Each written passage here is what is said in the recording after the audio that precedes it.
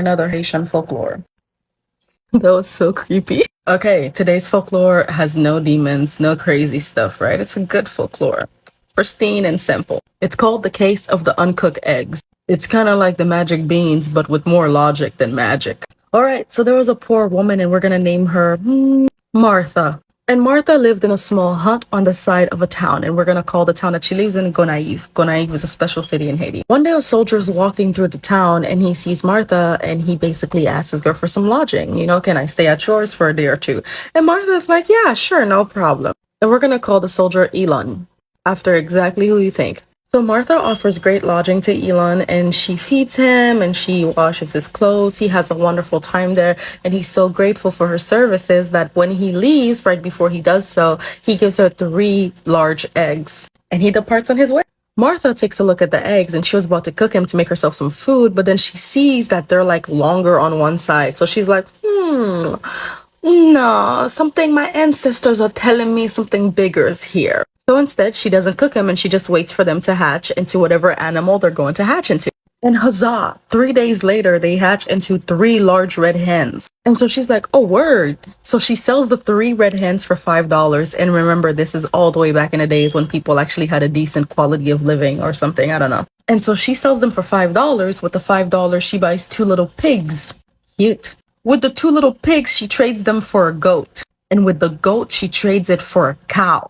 And so the cow grows older and becomes an ox. And so with that cow producing milk, she then begins to sell milk, and now she's able to have money for seeds, and she begins to farm, and she just makes a real good living with herself. She changes her hut into a nice little house. She just has it going on, okay? You gotta listen to your gut. You gotta listen to your gut. So 5 years later, Martha is doing well for herself. And when I say well for herself, she's not crazy like a billionaire. She's just doing enough to take care of herself and her community. So Elon's looking for Martha again. And Elon's like, yeah, that was a nice lady. I enjoyed my time with her. Where is she? Where is she? And then he sees Martha. And Martha's like, oh my goodness.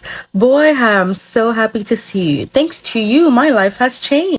Look at my farm. Look at my little house. Look at my cows. Look at my chicken. After she showed him around, she made him a large meal, and he stayed with her for the next 5 days. And during those 5 days, she treated him like royalty. The best of the best. But I named him Elon for a reason. Welcome back. So the day after the soldier leaves, Martha's just vibing in her little house, and then she gets a mail in the mail. She gets a letter in the mail. And the letter is an invitation to court. She's summoned. And Martha has never done anything wrong to anybody as far as she's concerned, so she's like, yeah, I'm not going. That's cap. The day after, she gets another letter summoning her. And she's like, I ain't ever done nothing, nobody. Somebody trying to scam me. So she doesn't go. Besides, the court is like 5 hours away, and she has to walk. The third day, she gets a 3rd letter. And then she's like, okay, wow, this is serious. Maybe I forgot that I did something wrong to somebody else. And she decides the next day she'll wake up at 2 a.m. and go to the court. The next day, she does so. Long journey. She gets to the courthouse and she sees Elon.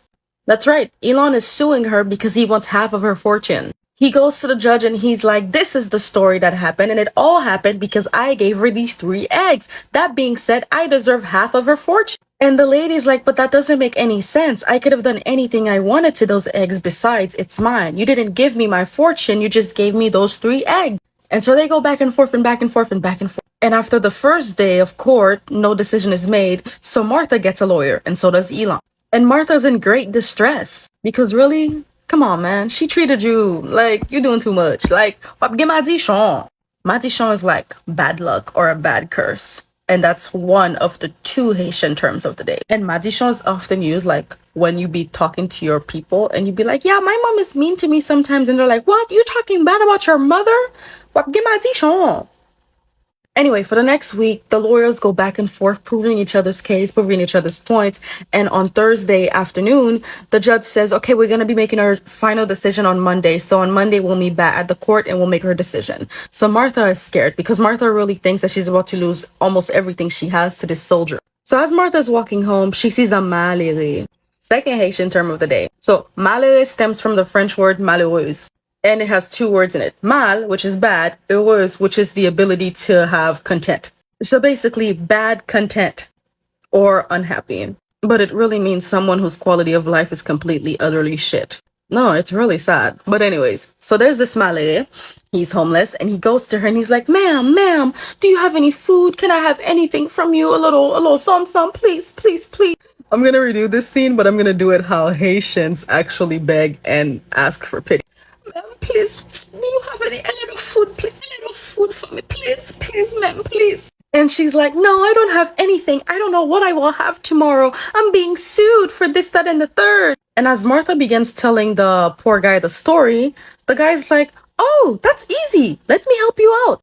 Let's see what happened next. Okay, here's part 3. So Martha's like, how are you going to help me, sir? And he's like, trust me, I'm super hungry, but I'm not scamming you. Could you please make me some rice and beans? And Martha sighs. So she's like, okay, fine, let's go to the house. So they get to the house and she does as he requested. She cooks a nice steaming pot of rice and beans and she feeds it to him. And he's like, okay, I'm going to be waiting for you at the courthouse on Monday. Leave everything else to me.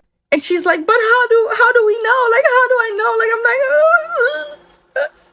and he's like, just trust me. I promise you, you will not be like, I will not scam you. You will succeed and you're gonna win the case. And so Martha's like, okay. And she waves bye to the poor man. And the poor man's like,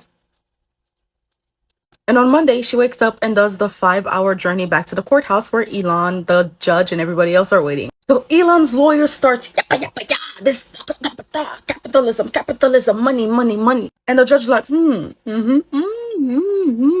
And finally, the judge says, well, does anybody else have any objection as to why we should not rule in favor of Elon?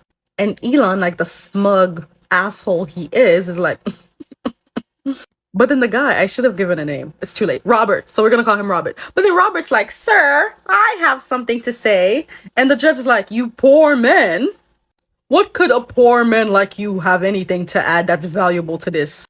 And Robert's like, well, I just met this nice lady on Thursday and I asked her for some food and she fed me some rice and beans. I ate the rice, but I put the beans under my tongue. When I went home, I asked my friend Jason, could I plant the beans in his yard? Jason said no, but then I told him everything that you guys have been saying in the court, how eggs gave everybody so much riches.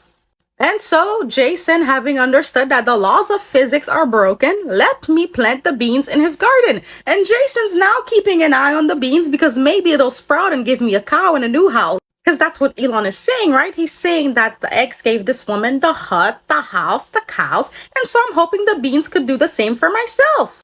Unless, of course, I misunderstood what's being discussed in this court. And the judge... I'm sorry, that was just such perfect timing for the rooster. But the judge thought for a while and he was like, this man got a point. And everybody thought and they laughed about how stupid that Robert sounded and realized how Elon was basically saying the same thing and they just listened to him because he seemed like somebody who knew what he was talking about.